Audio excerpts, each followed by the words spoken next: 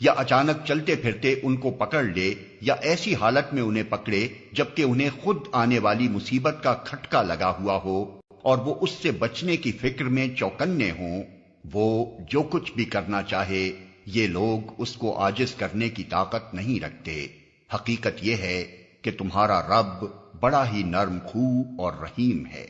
اور کیا یہ لوگ اللہ کی پیدا کی ہوئی کسی چیز کو بھی نہیں دیکھتے کہ اس کا سایہ کس طرح اللہ کے حضور سجدہ کرتے ہوئے دائیں اور بائیں گرتا ہے؟ سب کے سب اس طرح اظہار عجز کر رہے ہیں۔ زمین اور آسمانوں میں جس قدر جاندار مخلوقات ہیں اور جتنے ملائکہ ہیں، سب اللہ کے آگے سر بسجود ہیں۔